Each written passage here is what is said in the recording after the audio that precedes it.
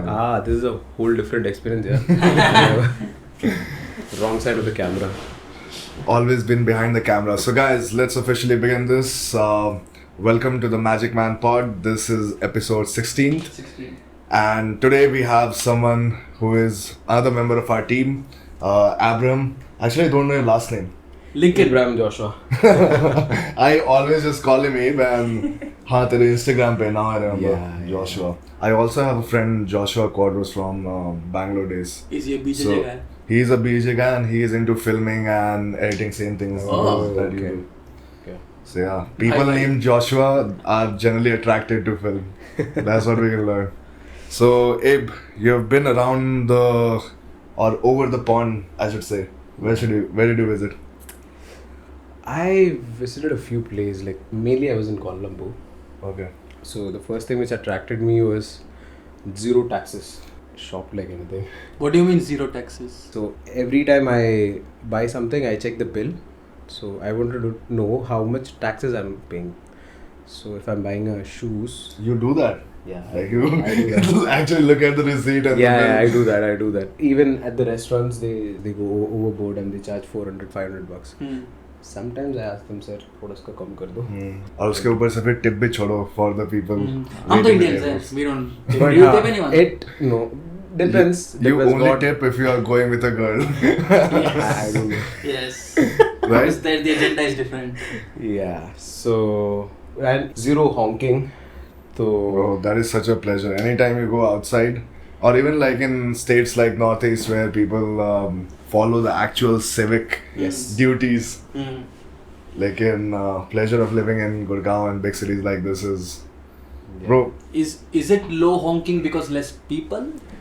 I would say less people, but there were visibly a lot of cars on the road. Kuala Lumpur is a big So, city. They just have better manners. You're driving 120 kilometers per hour, and also changing the lane with proper indicators.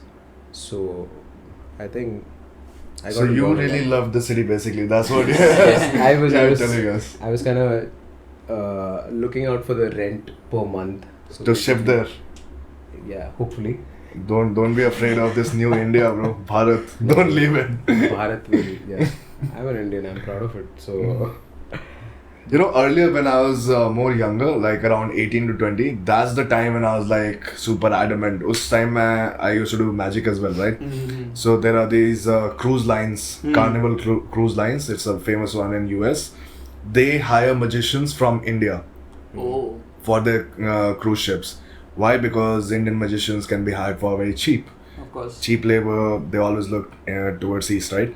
So their cheap is still great money for us, Yeah. especially for 18-year-olds. They used to pay like some $1,500 per month Nice. with living in cruise and then traveling around the world. Nice. So that's a pretty lucrative offer.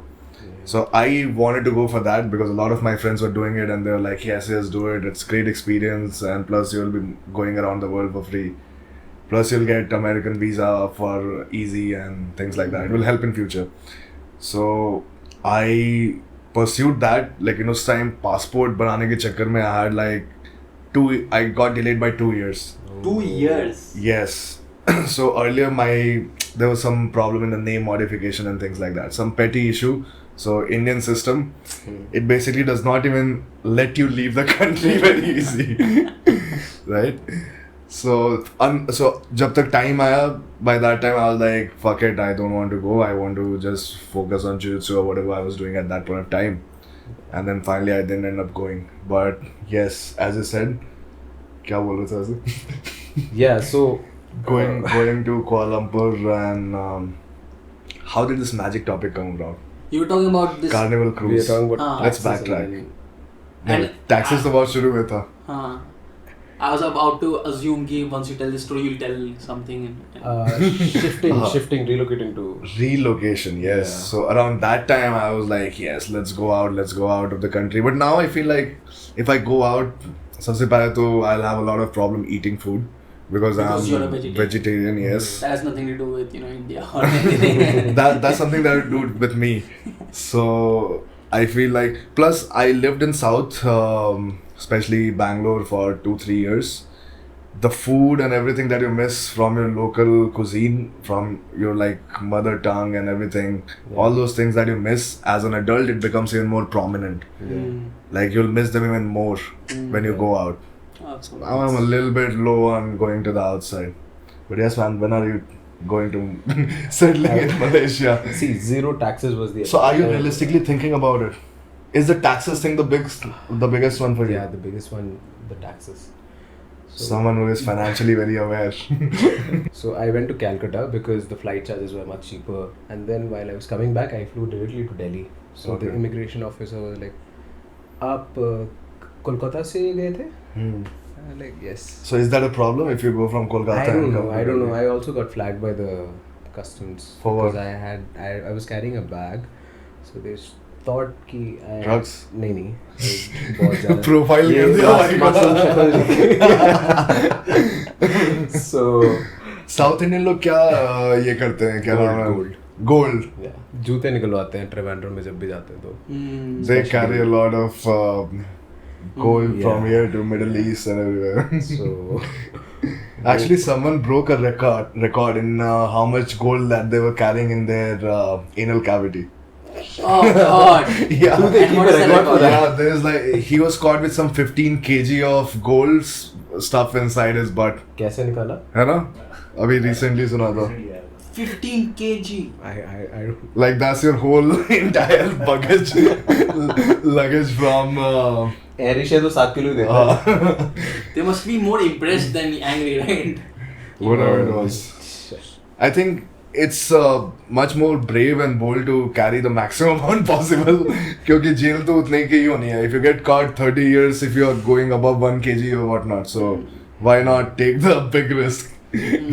bravery है another attractive thing I carry my camera wherever I go so मेरे पास 3 batteries होता है so while coming back my biggest concern was यार ये सब फिर से निकाल के फिर से Photographers का यही होता है. but they didn't ask me to do that जैसे हम लोग गए सिर्फ बेल्ट उतारा वॉच उतारा I had to remove everything which was basically in my pocket Malaysia didn't check you? they didn't they Wow. just asked me to keep my bag as it is laptop नहीं निकाला why can't we do that every time मुझे हमेशा यहाँ पे दिखाना पड़ता है I think in India you have so many people traveling that if you don't do that, some motherfuckers will just take you for a ride. They will plant a bomb or something. oh yeah that's So you have to Big, consider that also. The level of threat here is much more higher than, especially if you go through Delhi airport and things like that. but even though there were 3 scanners में like back to back I had to keep my luggage Whenever I've posted foreign people, they've been very weirded out कि in malls they will check you, frisk you, which is not a thing out there outside. But do they really check you though? Like they will just frisk you and then they'll be pissed कि वो भी ठीक से नहीं कर रहे हाँ. because you've technically gone through a scanner. If you've gone through a scanner, ये second scanner का point नहीं बनता. Like every time I go through that, I'm like, even if I was carrying a gun right now in my bag, this guy has no idea. उसके ऊपर कुछ clothes है, they just open the chain, just take a peek inside and then forget about whatever. If you have like a fucking dead body stuffed inside of it, they won't care. Okay, so guys, that was a quick chat with my friend over here, Abe. We'll definitely have him for a full pod one day and talk about his own life, his journey into the field, and how he finally met us, the big break. So, let me introduce you to the real guest of the podcast who has been waiting here graciously. He's my student, my friend, Sameer, who is going to fight. So, Sameer, please give him a clap. He's going to fight in MFN. All right, boom. You just witnessed a magic trick which switched the guests. I'm sure my editors will do the real magic for that. And here I have my friend Sameer Dhiman, right? Sameer Dhiman. He is going to fight in the upcoming Matrix Fight Night 13th, which is going to happen in Noida. So, Sameer, first of all, welcome to the pod. Thank you. इसके पहले एक भी episode देखा था? हाँ देखा है? देखा है कौन सा? नेहान छोरा देखा था अच्छा नेहान शो देखा था. उसके पहले पता था इसके बारे में? फर्स्ट मैंने नेहान का ही देखा था हाँ. तो अच्छा ये भी होता है So this is a side gig that we have here, which pays nothing, but we just enjoy creating this content and talking about MMA and jiu-jitsu and martial arts in general. और उसी में we get people who are interesting from our gym, talk to them. I have my friend Girish who visits me very often. उसके साथ भी बहुत सारे podcasts हैं. Joe here, we sit here. So Sameer, let's start from the very hot or the latest topic that we have at the hand, which is MFN 13. और उसमें आपकी pro debut fight है. You are going to make the pro debut, which is a big thing in any fighter's career.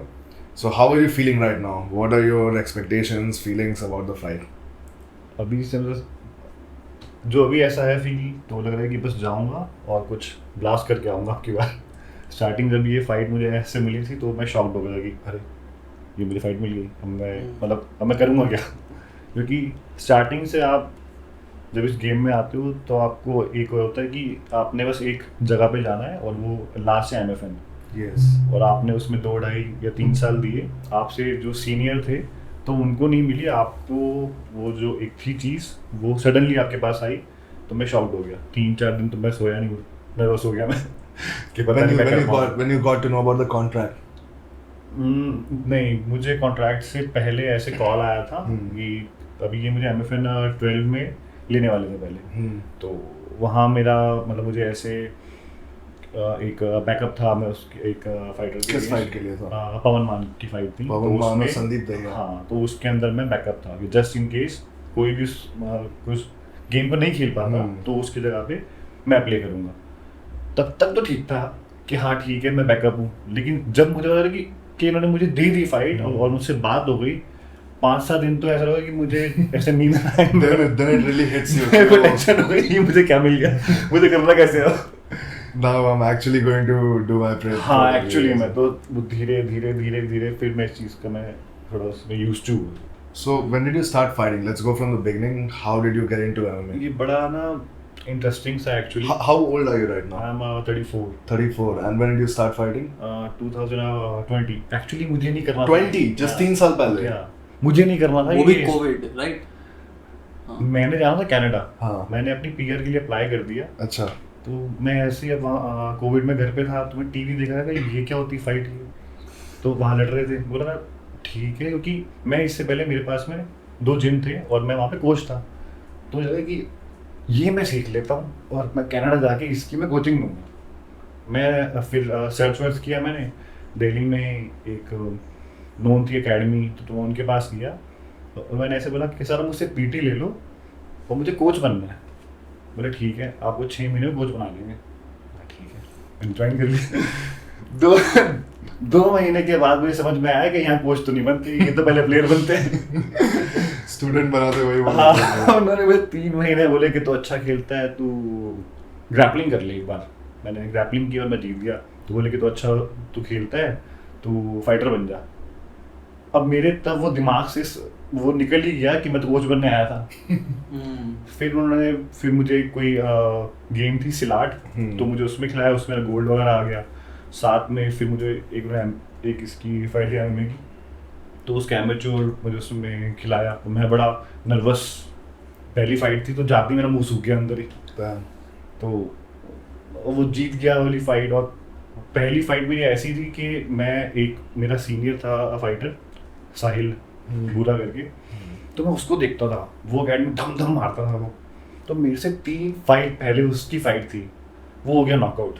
मेरी जान निकली. वो ये knockout हो गया तो मेरा क्या होगा.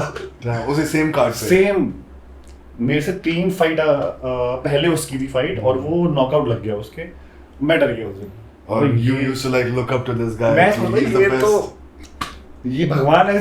ये तो बहुत गंदा मारता है. Shit. फिर वो मेरी फर्स्ट फाइट थी. मैं जीत कैसा गया. हुआ? अच्छा था. What did you do in the fight? वो मेरी पहली जो फाइट थी वो ऐसी थी कि मेरा माइंड नहीं चल रहा था. बस मैं दम मैंने Body मारा चल रहा था. और खत्म हो गया वो फाइट. मेरी जान में जाने कि So you won by TKO या KO? TKO. TKO. मेरा रिकॉर्ड है, मेरी 11 फाइटें हुई हैं. हाँ. 11 में TKO में जीता हूँ. All 11 fight by 11. finishes. Holy shit. और पहले राउंड में. God damn. और सब में यही स्ट्रेटेजी की स्टार्ट होगा. सेम चाहे उसमें कुछ भी हो, चाहे उसमें कोई भी है, मैं टेक डाउन लूंगा. लास्ट में मैं उसको TKO ही दूंगा उसको.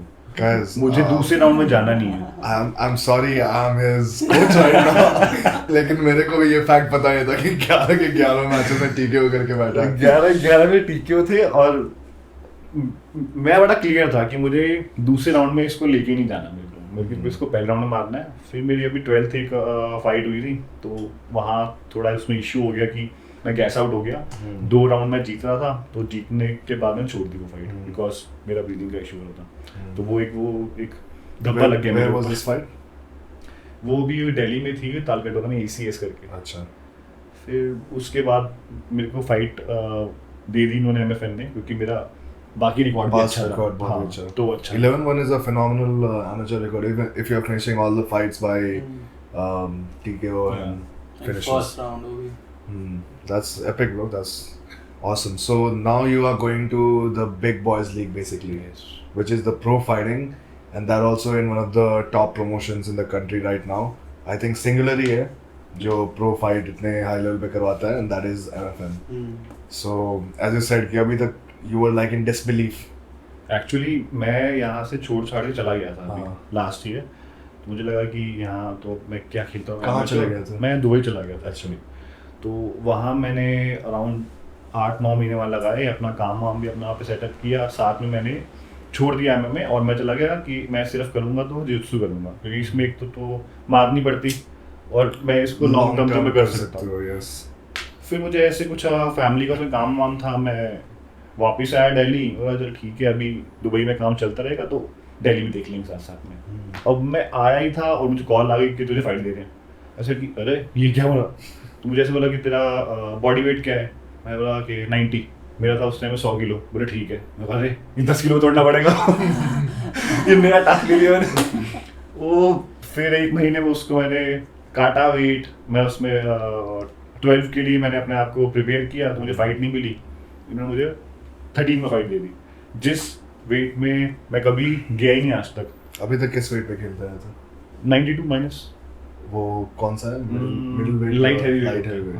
तो मैं उसमें ही खेला हूँ। इंडिया में तो लाइट हैवीवेट ज्यादा फाइटर्स ही नहीं है, लाइक प्रो लेवल पे नहीं है, बिल्कुल भी नहीं है। अभी ये 12 वाली भी जो पवन मान की थी फाइट, वो थी, वो लाइट हैवीवेट थी, वो लाइट हैवीवेट थी। और अब तुम मिडिल वेट जा रहे हो। मैं You're middle cutting weight, more. Nice. I think middle weight is perfect weight for you because इसमें you look big, strong, and Right. you will be like much more physically dominating than the other fighters. क्योंकि India में ना मतलब बड़े wait वाले fighters नहीं है actually, पूरे वर्ल्ड में मुश्किल होता है। लाइक तुम UFC का ही देख लो, UFC is the biggest brand. अभी से 2-3 साल पहले they did not have great heavyweight fighters. That's why guys from light heavyweight, John Jones ऐसे लोग आके dominate कर सकते हैं heavyweight just by gaining weight. Because heavyweight का, और ये jiu-jitsu में भी होता है, this is a very common factor because heavyweight guys usually are not super technical because they have the size, strength, everything. So it was perceived कि अभी तक वो उतना technical नहीं होते थे, but nowadays Gordon is a great example of the heavyweight who is the most technical guy in the entire world. So अब धीरे धीरे I think कि levels of the heavyweight will also improve as the learning improves. क्योंकि पहले लोग उतना पढ़ भी नहीं पाते थे ना, there was no systematic way of studying things. और अब धीरे धीरे वो खुल रहा है. So how did you come to know about Rebel, और Rebel में हमारे साथ कैसे आपने ट्रेनिंग शुरू किया? अभी कितना 3 महीने हुए या 2 नहीं, महीने? 2 महीने हो गई सर। 3 महीने भी नहीं हुए? 2 महीने। और उसमें से भी 1-2 हफ्ते आपका इधर उधर कहीं मिसिंग था। हाँ, अभी एक्चुअली ऐसा है कि जब मुझे ये फाइट मिला तो मैं जहाँ पे पहले कर रहा था तो मैंने उनके साथ में ही स्टार्ट किया। तो उन्होंने हाँ उस पर करेंगे, अच्छा ट्रेनिंग करेंगे। 10-15 दिन बाद फिर वो अपना बिजी हो गए ये वो। तो मुझे लगा कि मेरे लिए इतनी बड़ी एक फाइट है और ये ध्यान नहीं दे रहे मेरे ऊपर। फिर मेरा फ्रेंड था साहिल, तो उससे बात हुई, फिर मैं यहाँ आया रेबल में, तो बात करने में अच्छे लगे। एक्चुअली मुझे लगा कि मैं ऐसी जगह पे आया हूँ कि मैं भी ये चीज़ को पाना चाहता हूँ और ये भी चाहते हैं एक्चुअली में। तो जब 2 लोग एक चीज़ को वो चाहते होते हैं ना एक्चुअली, तो वहाँ पे ज़्यादा आप चीज़ें निकाल पाते हो। क्योंकि अगर मैं कहीं और जाता तो शायद मैं किसी ऐसा होता कि ठीक है बाकी भी कर रहे हैं और ये भी कर लेगा, मैं डिफरेंट हो भी यहाँ। तो इसलिए मेरे पे ज़्यादा फोकस हो रहा है। 2 महीने में मुझे इतना रेबल में सिखाया है, जो मैं सोच के आया था उससे ज़्यादा। मेरे को नहीं था इतना कि मैं ठीक है उसमें ट्रेनिंग कराएंगे, बट इन्होंने बहुत कराया मुझे, तो यहाँ पे बिल्कुल उसमें सही लगा। और नाइस। सबसे स्टार्क डिफरेंस क्या लगा आपको?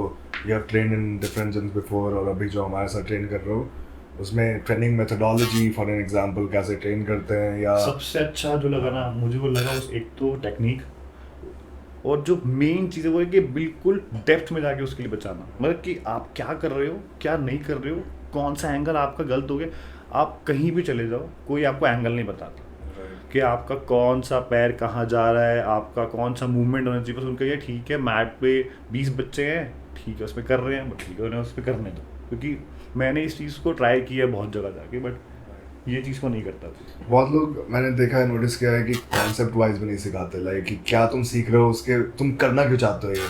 Like let's say you are doing arm bar from the most common example.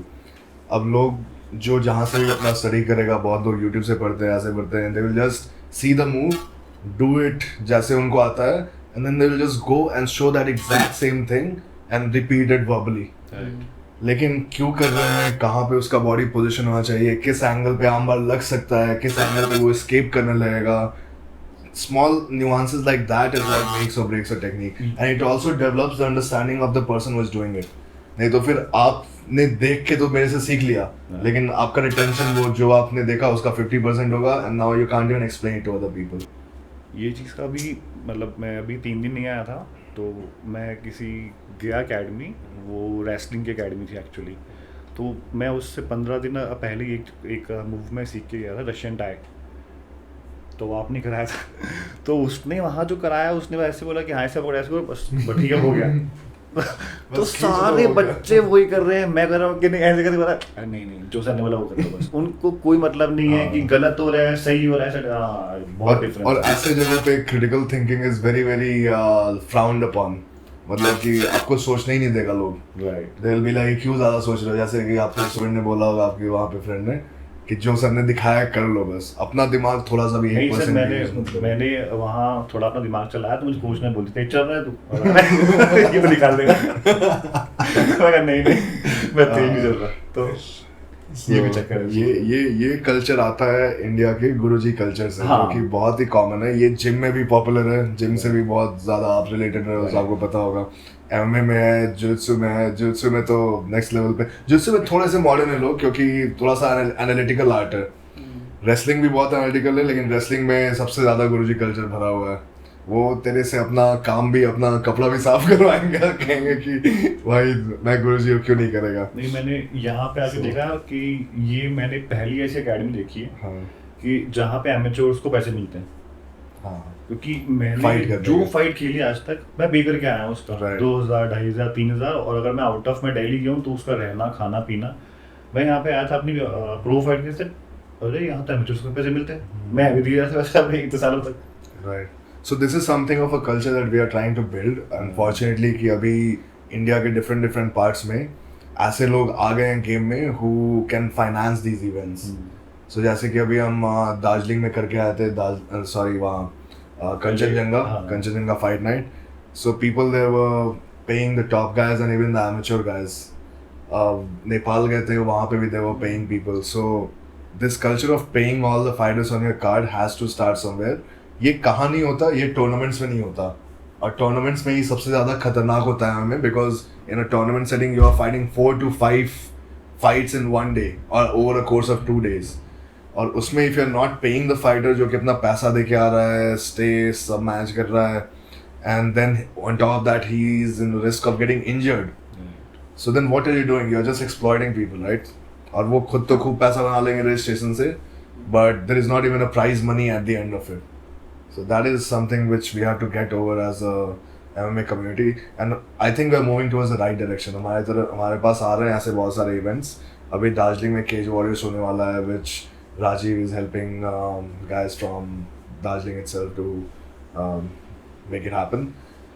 Then we have a lot of events in the Northeast. अभी Apex Combat Championship ऐसा नाम से था, वो हो रहा है. Kremli को अगर आप जानते हो, he is one of the fighters coaches from TCA Nagaland. So वो लोग अपना Spar Wars, फिर Bidang Fighting Championship. All these things are building a culture where you're paying the people who are coming to your events, which is what it should be. And make a real format वही है कि it's a prize fighting thing.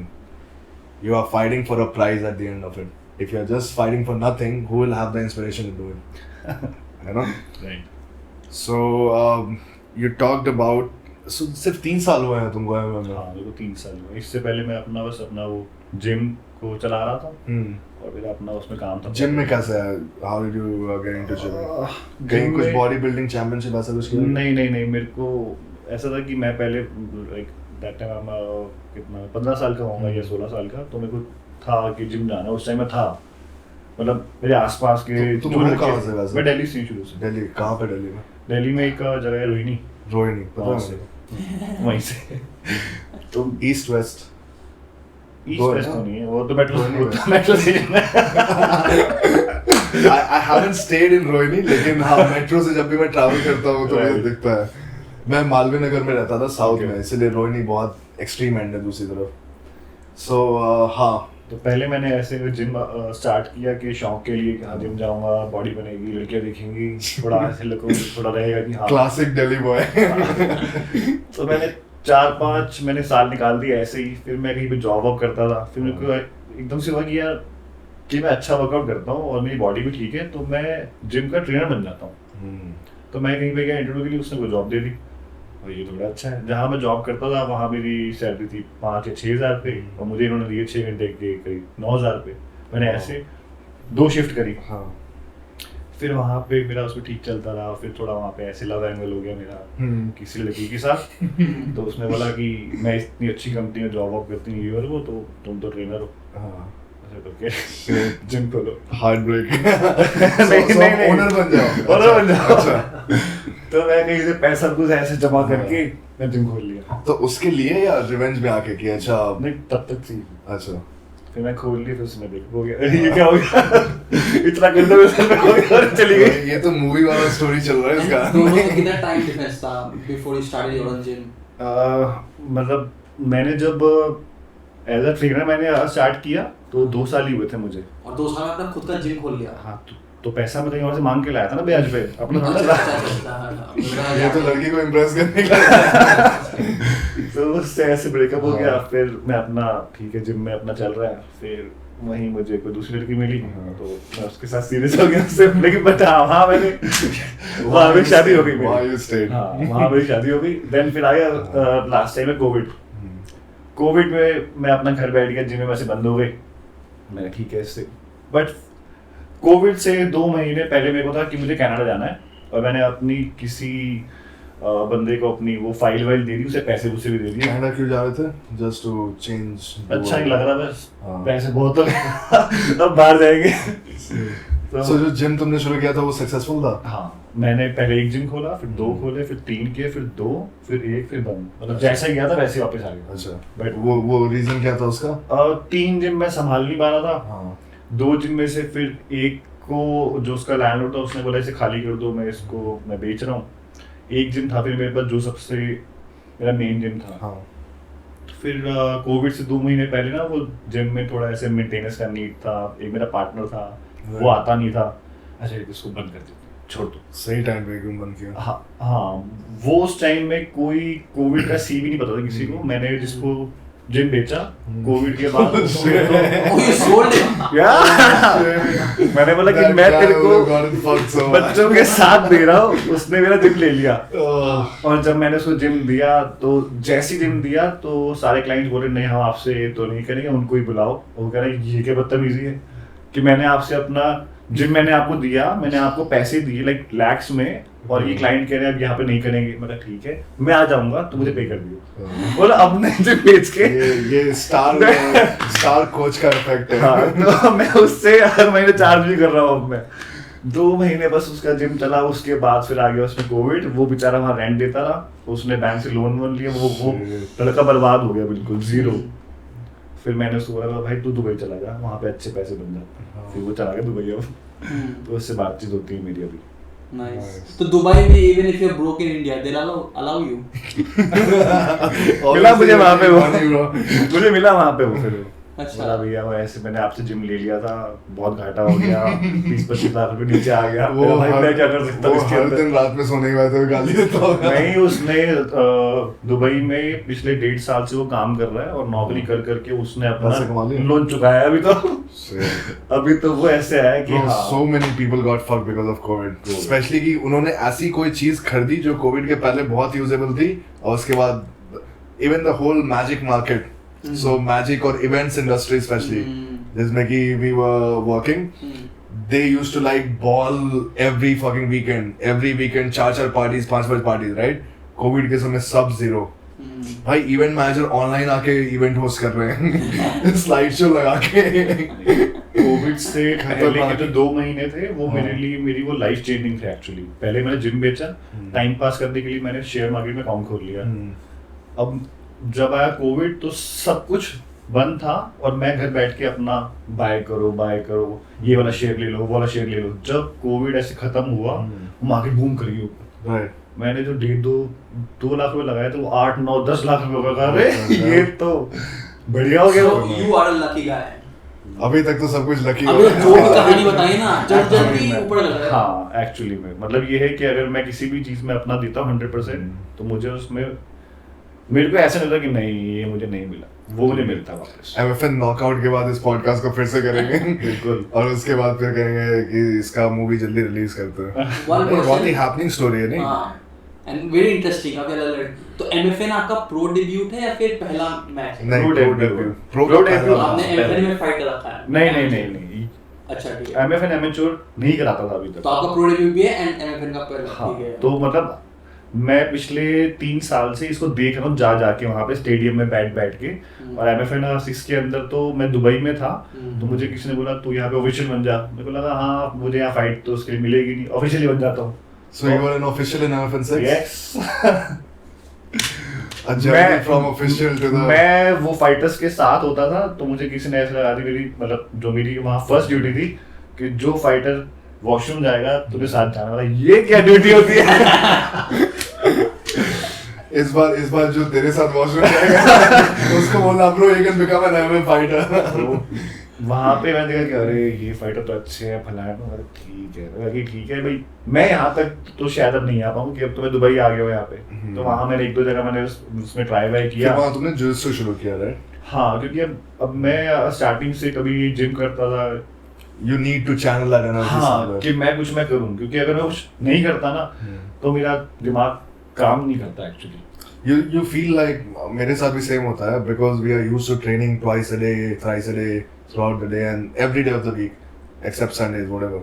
But now your body has become addicted to the training where it expects those good hormones that the training releases. और वो अगर उसको नहीं मिलेगा ना, now you'll feel like shit मैंने कुछ किया ही नहीं दिन में, पूरा वेस्ट जा रहा है मेरा पूरा दिन, इरिटेशन होती है सारा दिन, फिर ऐसे बोलो क्या है ये। So it's like a real addiction. Training is a real addiction. ये मुझे ऐसे जिम टाइम से था। अगर मैं एक दिन मैं जिम नहीं, मैं छोटा था तो मुझे किसी ने बोल दिया क्या घर पे काम है ऐसे, आज तू जिम मत जा। सारा दिन ऐसे आज ऐसे रोक लिया तुमने अपने घर पे। मेरा आज जिम नहीं हुआ। But it's great that you have such a good base क्योंकि strength और इसका muscles का advantage बहुत ज़्यादा होता है MFN में, especially if you pair that with a good sound technique. So I think your knockout when a lot of role has to be your power जो you developed early in your career. नहीं तो बहुत बार MMA fighters just उल्टा करते हैं, they start doing MMA and then they get on a strength program या ऐसा कुछ when they feel a need, or they are getting mauled by the opponent, they are getting ragdolled. So that's great advantage that you have, and you are fighting against Dushan Burle, right? Yeah. So this guy, जितना कि हमने उसका tape study का match देखा है, he is from Jitendra's Kharage gym, originally वहीं से है, वहीं से। and now he's training right now in Soma Fight Club, which is one of the most premier destination right now for Indian MMA fighters. Maximum fighters वहाँ जाते हैं, they sharpen their skills and they have great training there because the result speaks for themselves. So it is going to be a tough fight. We are not at all taking it lightly. You are putting in all your effort, which I see. सुबह शाम दोनों time training करते हो, बीच में drill कर रहे हो तो फिर एक्स्ट्रा बॉक्सिंग क्लासेस भी ले रहे हो तो so I think we have a good strategy in place and I think this fight is very very winnable. आराम से हम उसे बीट कर सकते हैं. All you have to do is stay calm. And that is my recommendation, advice to all fighters that I work with. If you stay calm and apply the techniques, because the techniques works. It's just that you have to be really calm and patient with it, and apply it when वो ही नहीं करता मैं, बोलता है बस इसको मारो बिठा कर्म करो. So that is what an amateur's career looks like. कि जब लोग शुरू करते हैं, they just understand MMA, and you have just done it for 3 years. So 3 साल में तो understanding build कर पाना बहुत ही मुश्किल होता है. But now that you have seen so much training and you have seen so much different things, I think your maturity level is much more higher for someone who has done it for 3 years. मैं जो अभी काम होके उसमें खेल रहा हूँ, ये पिछले 1 महीने से खेल रहा हूँ कि मैं कुछ मैं करता हूँ तो आप मुझे बोलते अरे नहीं Right. क्या तेरे से जल्दी है सर, वो inbuilt habit होती है. हाँ कि बस करो चलो और हो वो गया. जाती नहीं है. So just to unlearn also when you learn not in a proper way takes a lot of time. So I think you are going through that right now, but you have coped up really well. Like अभी तेरा movements अच्छा हो गया है. Seeing a lot of पहले तेरा conditioning भी एक issue था, but now you solved that also by just staying calm. And I think उसी का main factor था. It is not like कि you had bad conditioning. It's just that you were just expending too much unnecessary energy. So definitely that's something that we can keep working on in the future as well. तो आपने इतना सब कुछ किया है, Hmm. And जिसमें भी आपने ध्यान दिया, it has kind of turned into fruitfulness. What would you से इज योर सीक्रेट? ऐसा क्यों है? एक्चुअली ना मैंने अपने बचपन से टारगेट ही देखे एक्चुअली. मैं छोटा था तो मेरे पेरेंट्स तब वो एक्सपायर कर गए थे, तो मैं अपनी मासी के पास ही आया था. तो मेरे को छोटे होते कि टारगेट अचीव करना है. पहला था कि पैसा कमाना है. तो मेरे को 20 साल की उम्र में एक था कि हाँ मैं अपना अर्न करूँ, मैं अपने घर से ना लूँ. तो मैंने 17 साल की उम्र से मैंने कमाना शुरू कर दिया. तो मेरा फर्स्ट टारगेट उसमें हुआ कंप्लीट. फर्स्ट चीज जिससे पैसा कमाया था क्या था? फर्स्ट चीज़ जो थी, मैंने मैगडी में जॉब करी थी. अच्छा. लेकिन चार्ज नहीं गया था वहाँ पे, क्योंकि वो साफ कराते मशीन. मेरा ये तो नहीं हो पाया आराम से. So 4 दिन में छोड़ दिया. हाँ, वो पैसे छोड़ मिले दिया. लेकिन दिए थे उन्होंने, अच्छा. दे दे दिए दिए. 4 दिन के पैसे. उसके बाद मैंने ऐसे मैगडी में जॉब किया. फिर एक घर के पास में थिएटर था M2 के, वहाँ जॉब किया. अरे ये तो नहीं कर पाएंगे. वहाँ पे 7 दिन के लिए उन्होंने रोज खड़ा करते थे अंदर. एक मूवी थी कोई मिल गया आई थी उसमें न्यू कोई हाँ, ऋतिक रोशन वाली. अच्छा ओके. वो इतनी हिट मूवी थी. हाँ. तो मेरा काम था जो टिकट चेकर था उसके साथ में खड़ा होना था. हाँ. और एक रूल था पहले कि आपको रोज एवरी शो में 40 मिनट आपको वहाँ खड़े होना है. तो अच्छा. रोज 40 मिनट की वो मूवी को 8 बार देखना पड़ता था मुझे यार. अबे यार सबसे ज्यादा बोरिंग मूवी तेरे को लगी होगी उसके बाद. वो एक ही मूवी रोज दिन में 4 बार 40 मिनट. नहीं यार ये तो टांगे टूट जाती है एक ही चीज देख देख के. और उनके पास में 3 या 4 वहाँ स्क्रीन थी, चारों में एक ही मूवी चलती थी. अच्छा, उन लोगों ने पिच तो ऐसे ही किया होगा ना कि फ्री मूवी देखने का ये मिलेगा. नहीं ऐसे नहीं बोलते बोले कि आपको 4,000 रुपये सैलरी देंगे, पता नहीं आपको इंसेंटिव देंगे, आपको मील मिल जाएगा डे का फलाना ठिकाना. मील तो छोड़ो, अब टांगे टूट गई और ऊपर से वही कोई मिल गया कि स्टोरी देखते कि रोज में 40 मिनट की. लगा इसके बाद की भी तुम दिखाओ. मैंने वो जॉब क्रोश उसके 5 साल बाद फिर मेरे कोई नॉन अंकल थे, उन्होंने मेरे को जॉब पे लगा दिया पंचकुइया रोड पे. तो उनका काम था फर्नीचर का वहाँ पे. तो वहाँ बेचने होते सोफे. पंचकुइया रोड पे जिसने माल बेच लिया ना वो आपको थुक बेच देगा. क्योंकि एक्चुअली वहाँ पे ना दुकान नहीं है. दुकान का साइज है वहाँ पे 12 बाय 10 का. उसके बाद थी बाहर रोड. तो आपका फर्नीचर बाहर पड़ा हुआ है. तो मैं लोगों को ऐसे बेचता कि ये सोफा ले जाओ 10,000 रुपये का, तो 5 साल की गारंटी. टूट गया तो मैं वापस लूंगा. जो कभी फोन आ गया तो आज लेबर नहीं है, कल भेजता हूँ. तो मैंने वहाँ पे 3 साल मैंने उनके पास निकाले. तो वहाँ से 3 साल you did a sales job. हाँ, और मैंने सिर्फ वहाँ सोफा बेचा. सिर्फ सोफा बेचता था. इसमें आपका सेल्स का फायदा होता था. एक अच्छा सोफा मेरे को भी बिकवा दे अभी भी. हाँ, लिंक है मेरे पास, अभी वहाँ बनवाने वाले हूँ.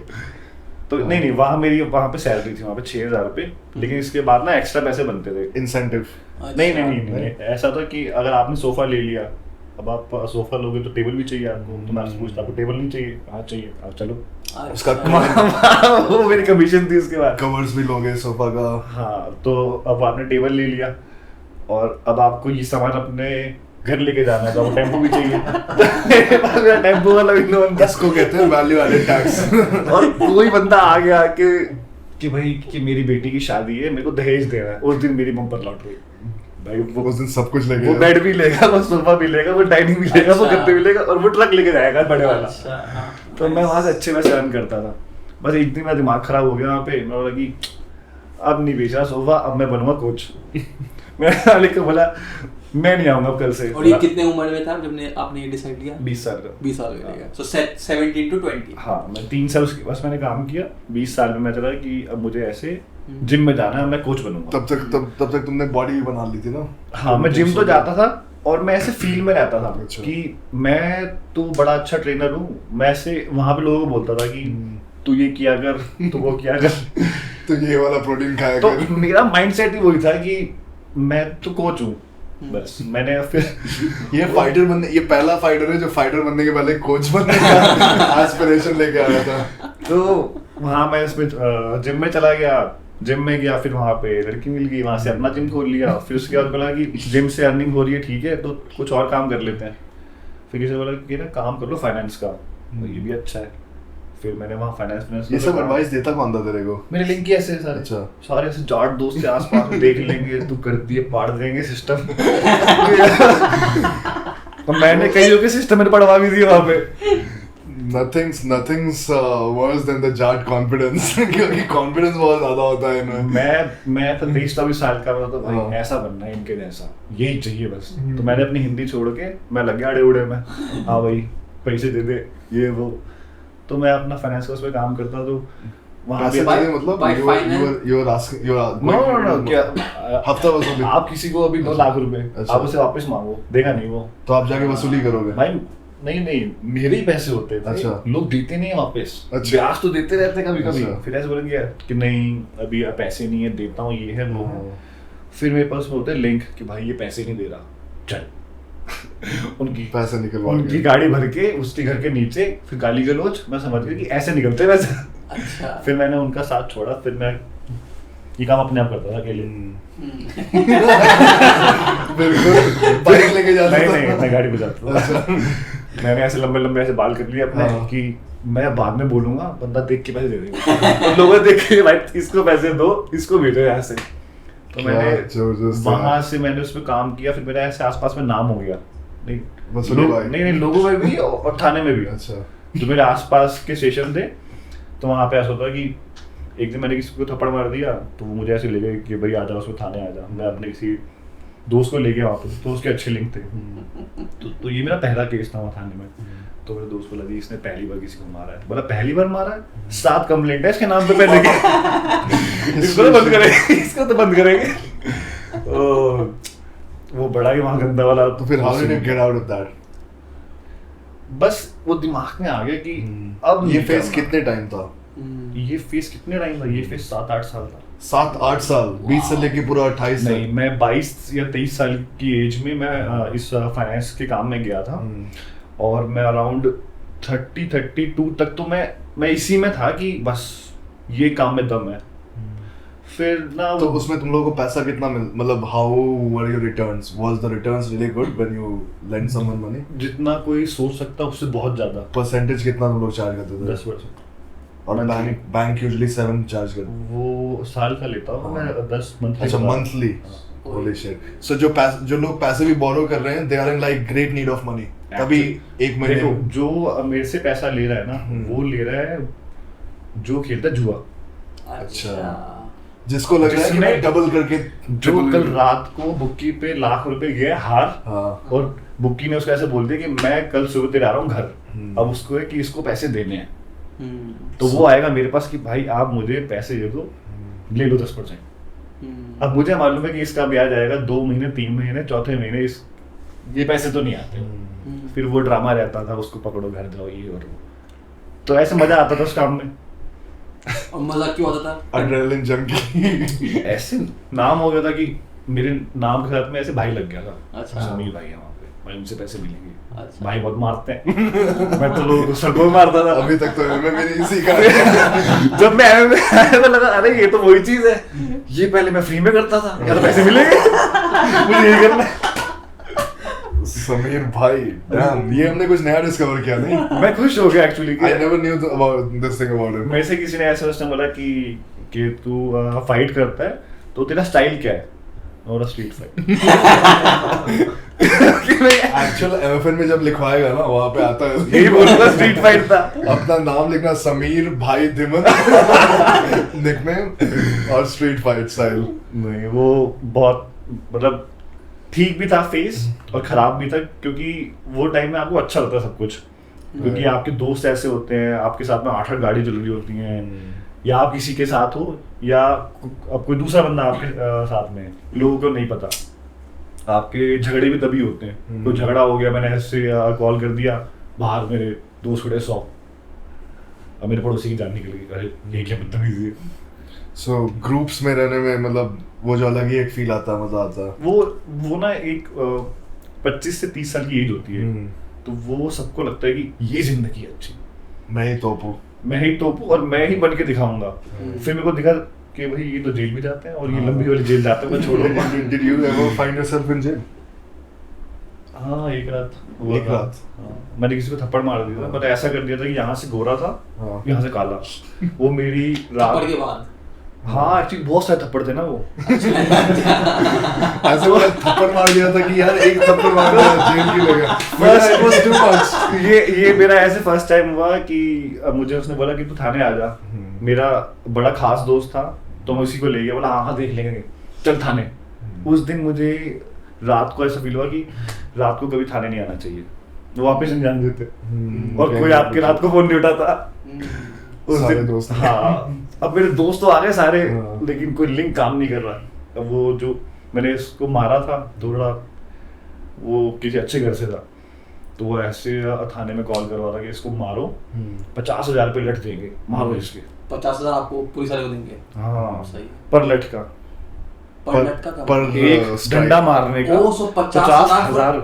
हाँ 10,000 मतलब काफी सही खर्चा। उससे अच्छा तेरा पैसा दे देता। नहीं मेरा उससे पैसे का तो कुछ अच्छा, है नहीं। ऐसा ही मैं कोई तो ऐसे कुछ- रोड पे मारा चलते अच्छा। झगड़ा हो गया था रोड रेस पे। तो मैंने कोई अपना उसको लिंक लगाया, तो उसने बोला कि कोई वो नोन थी हमारी, वो थी क्राइम ब्रांच से, उसने बोला कि अगर एक थप्पड़ मार दिया ना तो कल मैं आके पूरा मैं थाना उल्टा कर दूंगी। तो बड़ा वो हुआ, लेकिन लास्ट में कुछ नहीं हुआ। मतलब ये था कि रात को तुझे इसमें रुकना पड़ेगा लॉकअप में। जो पुलिस वाला आए अंदर, वो उससे बोले अरे ये अंदर कैसे? उस दिन मेरे को पता चला कि एक धारा होती है, इसको बोलते हैं 751, वो टीपी एक्ट होता है, वो झगड़े में लगती है। अच्छा। अब मैं एक नंबर का ऐसे बातों नहीं था, तो अंदर ऐसे 2-4 बैठे हुए थे, तो मैंने एक से पूछ लिया था भाई तू कैसे अंदर? बोला मैं 7 मर्डर की, मैं तो दूर हो गया। सेम सेल में रुकवाया था। साथ बैठा था पहले मेरे, मैंने छोड़ दिया उसे, मैं सामने बैठ गया उसके जाके। 7 मर्डर। फिर मैंने यहाँ पूछा, बोर्ड का बोला चलो ठीक है। मैं बोला भाई आप क्या?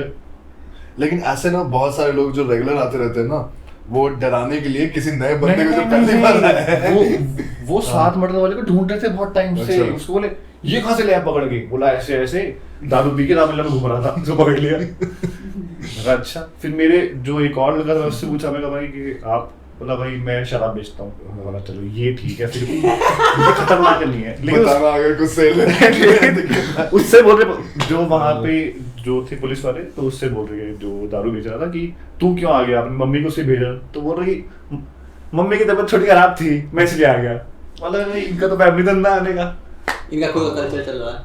हाँ। रात को मैंने उससे बोला पुलिस वाले कि मुझे पानी पिला दो। उसने जैसे मुझे ऐसे पानी पिलाया ना, वो सलाखों के अंदर से, मैं कहा दोबारा नहीं आना यहाँ पे, चाहे पैसे लग जाए, ले आऊंगा नहीं दोबारा। सो आप थे उसके अंदर, लॉकअप के अंदर, एक्चुअली लॉकअप। एंड वो गंदा जगह था।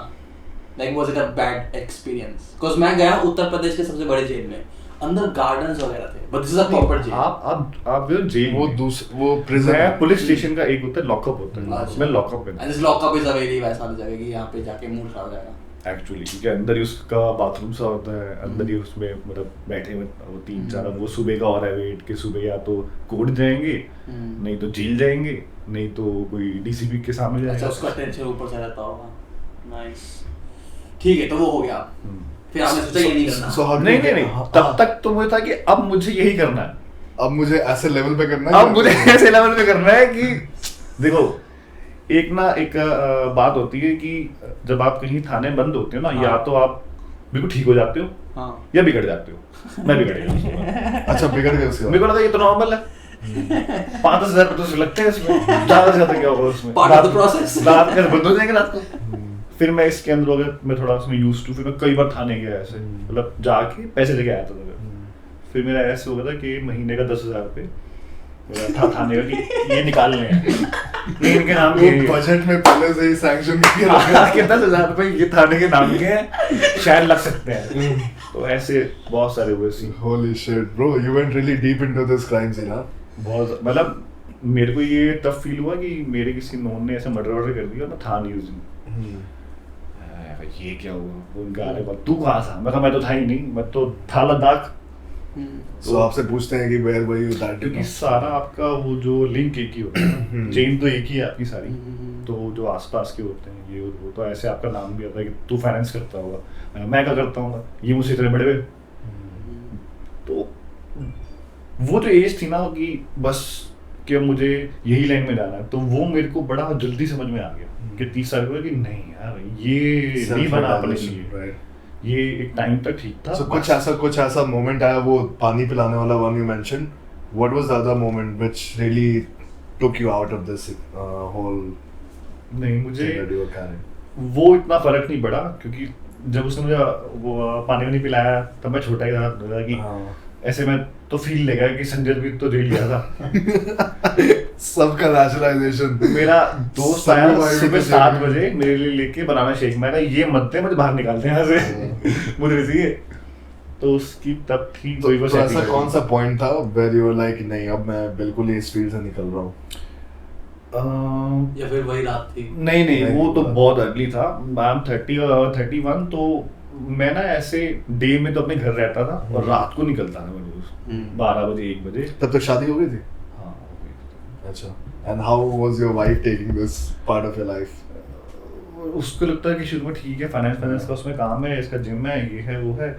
Then she जब knows the शादी extent of हुई it. तब पता चला कि ये तो रातों को चला जाता है। ये तो He is the Batman. इतना झगड़े करता है रात को जाके। तो फिर हुआ कि यार ठीक है, उसे 1-2 बार तो ऐसे बहस हुई। बहस तो क्या बोला कि ये मत करो, फलाना ठिकाना, ये सही नहीं होता। ऐसा ठीक है तो मैं घर पे देख ले, और वो इतनी पढ़ी लिखी हुई, ठीक है देख लेंगे। बट फिर एक टाइम आया मेरे को लगा कि यार नहीं, क्योंकि अब ना मेरी वो एज नहीं है। अगर मैं यहाँ से और डेप्थ में गया ना तो अब ये लोग मुझे खाएंगे उल्टा वापस, क्योंकि ना मेरी अपने ही फ्रेंड्स के साथ में राइवलरी हो गई थी। अच्छा। तो अब वहाँ पे क्रॉस कट हो रहा था कि मेरा अलग ग्रुप बन रहा था, अब वही ग्रुप में तब उसके अलग बन रहे थे कि जहाँ मेजोरिटी नहीं है ना तो वहाँ नहीं रहना चाहिए, और अब ये चीज़ ये अब ये सही भी नहीं है। तो फिर मैंने उनसे कट ऑफ किया धीरे धीरे। तो अब मैं अपना अलग से ही फाइनेंस करना काम करता हूँ। And how easy was that? अभी भी करते हो? फाइनेंस का काम? अच्छा। बट अब भाई कभी मेरे ऐसे कभी के पास से नहीं मांगा। नहीं, लेकिन अब मैं उसको थोड़ा इसमें लीगली करता हूँ, अच्छे से करता हूँ। Sophisticated। हाँ, मैं अब जैसे किसी को पैसा चाहिए, उसके पास में प्रॉपर्टी के पेपर है तो उसको दे दिया कि अपने हाथ पक्के हैं, और ऐसे रीजनेबल सा ब्याज ले लिया उससे, ठीक है, उसे भी इशू ना, हमें भी इशू ना। Nice. So fighting is not your career, it's the thing you do on the side. Right now आज भी मैं बोलूँगा कि ये इस फाइट को लड़ना MFN और इसके बाद में भी और खेलना ना, मैं पैसों के लिए नहीं खेल रहा। Passion. मेरे पास है, मुझे चाहिए शौक, ये है मेरा पैशन। जो भी आपको 22 से 32 के बीच में that feeling, वही फीलिंग अभी आ रहा है ना। एक्चुअली मैंने आज तक जो भी किया ना तो वो अपने पैशन में किया। मैंने अगर सोफा बेचा ना, वो मैंने अपने पैशन में बेचा मैंने, क्योंकि मुझे वो सोफा बेचना अच्छा लग रहा था। एंड क्या अच्छा लगा था, पैसे मिलना या फिर लोगों सेल? से नहीं देखो, पहला होता है कि आपको मिल रहा है पैसा, आपको सैलरी मिल रही है, उसके बाद आपको डेली का लाइक 2000 कब की बात है, 10-11 की, आपको डेली का 500-600 रुपये एक्स्ट्रा आ रहा है। आपको और क्या चाहिए यार?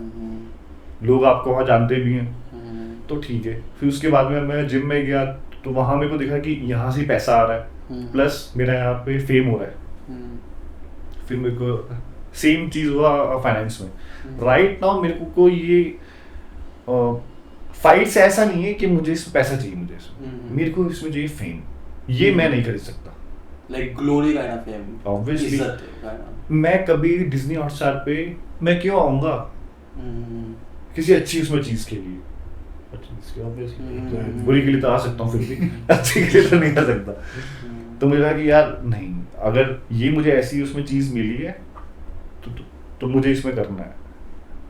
पैसे का वजह है कि जो पैसा मिलेगा ना मैं इस पे ही लगाने को तैयार, मुझे नहीं चाहिए। अच्छा। मेरे पास है सोर्स, मेरा उससे अच्छा उसमें चल रहा है। अभी जो इंडिया का सबसे मोस्ट सक्सेसफुल एथलीट है, guys like Neeraj Chopra, then we had Abhinav Bindra, ये सारे जो स्पोर्ट्स आइकॉन है, उन्होंने भी कभी मतलब ऐसे नहीं किया कि they were in the sport for the money, they were in it for the glory and fame. और उसके लिए उन लोगों ने खुद ही अपना ट्रेनिंग फाइनेंस किया, खुद ही they went out of country, क्योंकि इंडियन गवर्नमेंट का सीन पता है स्पोर्ट्स को लेके, कमिटमेंट बहुत ही गंदा है। They are not well funded, specially smaller sports like wrestling and our sport. So लोग बाहर जाते हैं और करते हैं। I think you are in your own way doing the same thing, you are investing your own time and money and efforts. Actually ऐसे कि मेरे ऊपर कोई पैसा लगाने वाला नहीं है, तो मुझे अपने आप ही कमाना है और मुझे अपने आप ही उसका वे आउट निकालना है कि मुझे क्या चीज़ मुझे कैसे करनी है। तो ठीक है, मैं ऐसे बाहर नहीं जा सकता, मैं बोलूँ कि मुझे ऐसे मैं सुबह चला जाता, मैं चला जाता, लेकिन मेरा यहाँ काम टोटली डिस्टर्ब हो जाता है सर कि नहीं यार मैं सोमा तक तो नहीं जा पाऊँ, तो मुझे यहाँ भी देखना है। फिर वही बात है कि मैं रेबल लेवल लगा ये तो बेस्ट है, लोग जाते क्यों वहाँ पे, क्योंकि सोमा के अंदर मेरे एक दो वहाँ पे दोस्त वहाँ गए थे, तो मैंने लगा कि बस वहाँ पे कुछ नहीं, वहाँ स्ट्राइकिंग होती है कि ठक ठक ठक मारा बस वहाँ छुट्टी। कोई ऐसा आपको डेप्थ में जाके नहीं बताता कि आपने क्या करना है या क्या नहीं, आपने एक ग्रुप में क्लास करी बस खत्म। हाँ, प्लस एक और वहाँ पे जो फैक्टर होगा कि when you get hundreds of fighter under the same roof, so वो लेवल ऑफ फोकस और एक्सेस भी नहीं हो पाता है। They will only give you the best instructions to the fighters who are cream of the layer. Right. So like they have guys like Anshul Jubilee and all these people. So उनके camp में they will invest the maximum effort, which a team has to when it grows bigger. Abhi right now Rebel is a small team, right? It's just me and Rajiv teaching, and I think that's the strength of it right now. कि we both can give our personal time. जैसे कि मैं तेरे को अलग से ऐसे बैठ के कभी class के बाद I'm showing you stuff. So things like that. ये advantage है of you being in this place right now. Actually अभी मैं बीच में 3-4 दिन नहीं आया, तो मैं बड़ा अपसेट सा हो गया कि यार मैं जा नहीं रहा। तो मेरी वाइफ से बात हुई कि क्या हुआ, ऐसे यार मैं जा नहीं पा रहा, तो कुछ ऐसा वो सीन हो गया कि मैं गया नहीं। तो शी सेड कहीं और ट्राई कर लो। मैं कहा नहीं यार वहाँ जो कराते हैं ना अब मैं कहीं और जा नहीं सकता। ये एक्चुअली ना वो एक नशा है ये। अब मुझे ना रोज के अपने 8 घंटे यहाँ बिताने का नशा हो चुका है। तो मैं सिर्फ अगर मैं दिल्ली भी जाता हूँ तो मैं संडे आता हूँ अपना काम देखने के लिए और चीज नहीं पे वापस। It's great, bro. Great healthy routine. Obviously, doing something जिसमें कि actual money है for fighting after being 8 years of street fighter. So that's great. And honestly, I did not expect कि ऐसे parts of इसके personality के बारे में पता चलेगा, because he is a person who is very ज़्यादा बात नहीं करता, so he is very down to earth and उसका कहते हैं introvert is the right word. Introvert is that a correct word? या दूसरे लोगों के साथ extrovert हो जाता है? नहीं अब मैं अपने बारे में क्या बताऊँ ना कि मेरा ऐसा बैकग्राउंड है, तो अभी यहाँ तो वही बात ठीक है ऐसे क्योंकि बता दिया। अब मैं कहीं जाऊँगा अपने बारे बताऊँगा तो बंदा बोलेगा कि अच्छा Then they will start ये ऐसा भी है। they will start judging you. Yeah, actually, तो मैं इसलिए किसी को बोलता ही नहीं हूँ कि मेरा क्या पास्ट है क्या नहीं है, तो ठीक है जो भी है तो उसको चलने। Now you have told the entire Indian MMA world. but it is a very interesting thing. Like if you have passed that phase and now you are doing something constructive, everyone has a chance to like do something constructive in his life, right? Which is more healthy and more better. सबसे ज़्यादा interesting है कि मुझे 1 साल पहले ऐसे मतलब मुझे बहुत लोगों ने बोल दिया कि तेरी एज हो गई है, यू आर 33, तेरे को फाइट तो नहीं मिलेगी। MMA में तो 30 प्लस इज सर कि तेरे को फाइट, तो मुझे लगा यार कि अब इतना कह रहे हैं तो नहीं मिलती होगी फिर मुझे क्या पता कुछ सोच के बोल रहे हो ये लोग कि ये तो खेल रहे हैं बहुत टाइम से। फिर मैं जित्सु ही करूँगा सिर्फ, तो मैं दिल्ली के अंदर यही करता था, सिर्फ अपना जित्सु किया, वो भी अपना घी वाला, नो घी वाला कोई ड्रामा नहीं, घी में करो 1 घंटा, घर जाके अपने कपड़े धुलवाओ। देन ये अब जो मुझे फाइट मिली ना एक नोन थे अमरजीत लोहान करके, अच्छा तो उनके पास वो भी एशियन गेम्स में खेल रहे हैं, अच्छा तो वहाँ कर रहा था उनके पास। तो मेरी एज में कोई एमएमए में डेब्यू कर रहा है ना, तो ये मेरी एज ग्रुप में जो बंदा अगर अभी प्रैक्टिस छोड़ दिए कि नहीं मिल सकती फाइट, तो ये उसके लिए बहुत बड़ी चीज़ रहेगी कि हाँ कि आपको किसी भी एज में फाइट मिल सकती है अगर आपका। Glover Teixeira became the UFC champion at 42. So but यहाँ नहीं देते चांस ना। हाँ, लेकिन वही कह रहा हूँ, if you have the skill, you will definitely get the chance, and if you win, there will more doors that will open. So I don't think कि as a stereotypical age सब कुछ हर profession का होता है, लेकिन there are people who break those stereotypes, and definitely I think you are the one, and especially in a division like middleweight in India, जिसमें कि already उतने fighters और उतने talent लोग नहीं हैं, you guys can definitely make an impact. So once again looking forward to that fight, जो भी होगा उस समय, and we are also planning to go talk to some coaches. अभी नोएडा में जब सारे लोग आएंगे, we'll do podcast with other people from other country, other gyms as well. So looking forward to it. कितना time हो गया? Are we like an hour in? It's about to be 5. About to be 5 what? 5 p.m. 5 p.m. कितने हो गए? We have shot an hour, right? So I think we'll keep it at this. Frankly, guys, it was a great episode because we got to know a lot more things about Sameer. Very, very interesting past. मेरे हिसाब से definitely इस पे movie बन सकती है।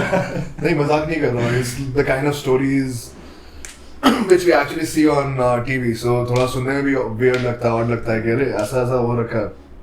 And which you do not give the vibe of also, जैसे तूने कहा कि तू बताता नहीं है। So that's very interesting part of your personality. I hope people will find some sort of inspiration in whatever way they can. Ki someone can go from a completely extreme lifestyle to a completely different extreme, right? Which has to be, क्योंकि a lot of people are in that situation, right? सबके साथ ऐसा नहीं होता है, लेकिन a lot of people are in that situation जहाँ पे वो रास्ता off track में कहीं चले आते हैं, then they come back. And I'm not saying to discredit all of the past that you had, but again, it was not leading into the correct. If you are landing up in cells, that means that it is off track. So once again, really proud to have you training with us, and I hope we achieve the best results. After winning, we will do another podcast, guys. So उस समय थोड़ा prophylactic रहेगा. Okay. So thank you, Sameer. Thank you for being here. Although late आया, लेकिन दुरुस्त आया. Anything that you want to say to your fans? Nothing, बस मेरी फाइट देखना, उसके बाद बहुत मजा आएगा मेरे पास। बताऊंगा। और पोस्ट फाइट स्पीच क्या है? कुछ प्रिपेयर किया है क्या पहले से? नहीं, सारे लोग मुझे कल किसी ने बोला कि तू जा रहा है तो तूने कुछ उसमें सोचा कि तेरी एंट्री कैसी होगी? मैं कहा मुझे फाइट नहीं है अभी। तो दो चीजें तेरे को सोचना होगा, एक म्यूजिक, किस म्यूजिक पे एंट्री करेगा वो लगा लिया दिमाग, लेकिन वो कि तू कैसे आएगा, कोई ऐसा डिफरेंट स्टाइल। मैं कहा नहीं, मेरे को बस उसको डिफरेंट तरीके से मारना है अभी, ये नेक्स्ट फाइट में दिखूंगा। नेक्स्ट फाइट में कस्टमाइज कर देना फीचर्स। अभी कुछ नहीं होता हुआ, क्रिएट योर ओन फाइटर, वो होता था WWE में।